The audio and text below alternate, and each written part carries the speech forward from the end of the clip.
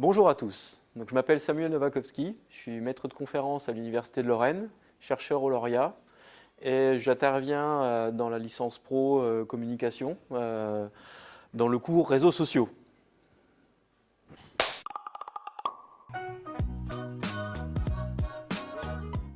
Alors, je suis un pur produit de l'université, c'est-à-dire que je suis tout jeune, donc je suis rentré à l'université en première année en 81 parce que j'ai toujours voulu faire de la recherche. C'est ce qui m'a toujours motivé, c'est être chercheur ou enseignant-chercheur. J'ai fait un parcours qui m'a amené à passer à une thèse de doctorat en automatique. Donc l'automatique, c'est finalement la part, c'est la cousine de l'informatique, mais en ayant une vision, une approche de la complexité des systèmes physiques. Donc on est plutôt des physiciens. Donc, en lien avec les outils numériques. Après, ma première nomination de maître de conférence, c'était à l'IUT de Longwy, département génie électrique et informatique industrielle. Après, j'ai monté 2 départements de l'IUT à Saint-Dié, donc le département informatique et le département services et réseaux de communication à l'époque. Après, je suis parti dans le privé, à 2 niveaux. Je suis parti à travailler pour Canal+. J'ai monté tout le département multimédia et Internet pour les chaînes thématiques du groupe Canal+, pour toute l'Europe. J'ai également été invité par Apple à aller développer des choses pour eux suite à des projets que j'avais menés. Donc j'ai été chercheur invité par Steve Jobs chez Apple il y a aussi une paire d'années.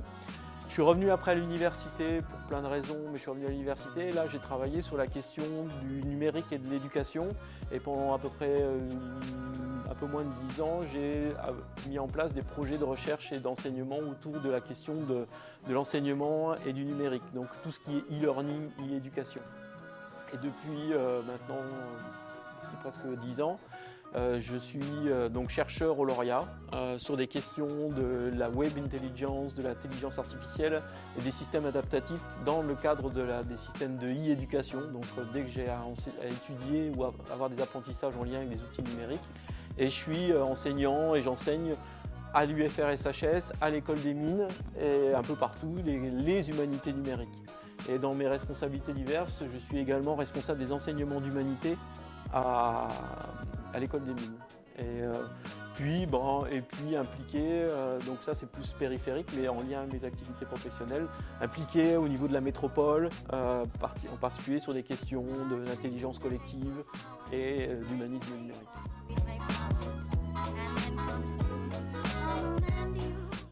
En fait, alors je vais essayer d'être concis et court.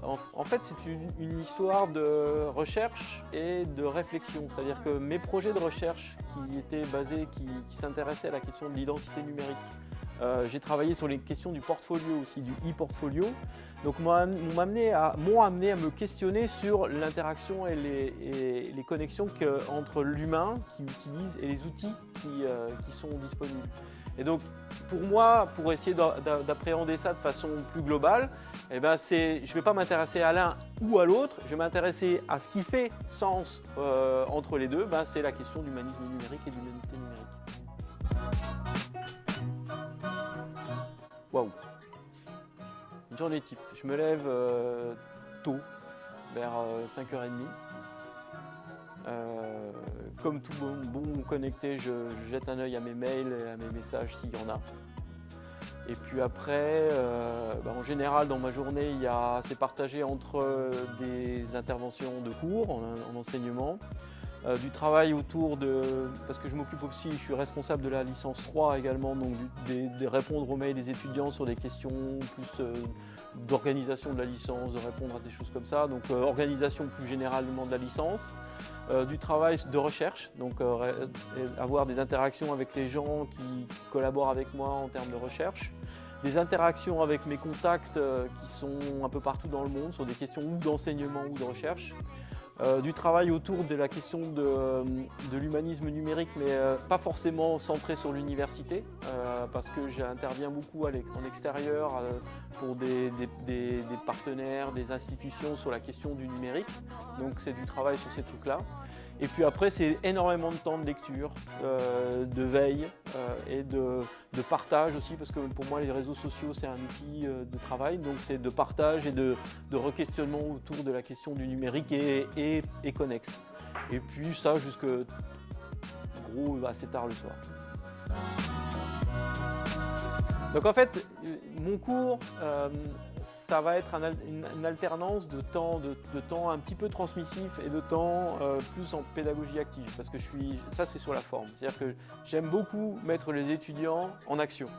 Et les faire produire, les faire réfléchir, les faire se confronter aux idées et aux échanges d'idées et aux débats. Donc on va avoir beaucoup de modalités d'action.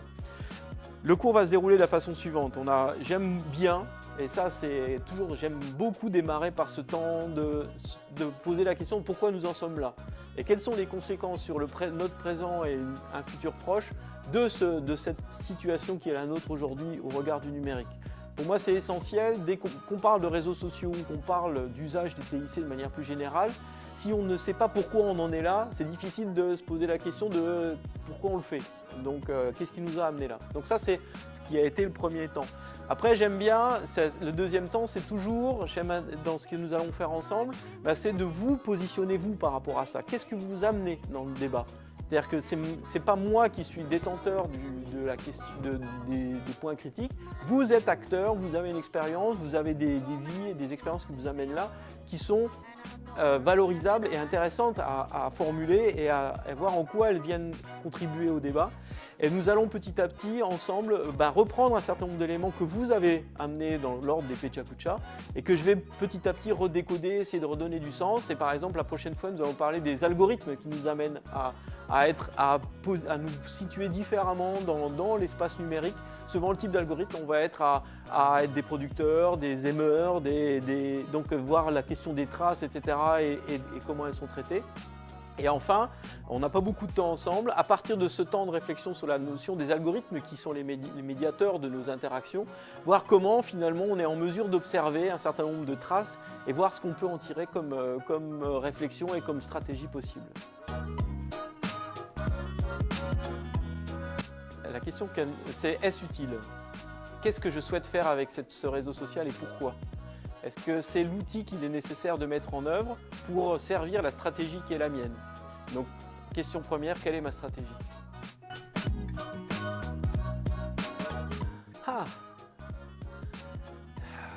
En fait, vos questions, je dirais les deux, parce que l'un pour moi complète l'autre. Enfin, quand on regarde dans un sens ou dans l'autre, une interaction, et j'aime pas le mot virtuel par contre, même une interaction dématérialisée n'est jamais virtuelle.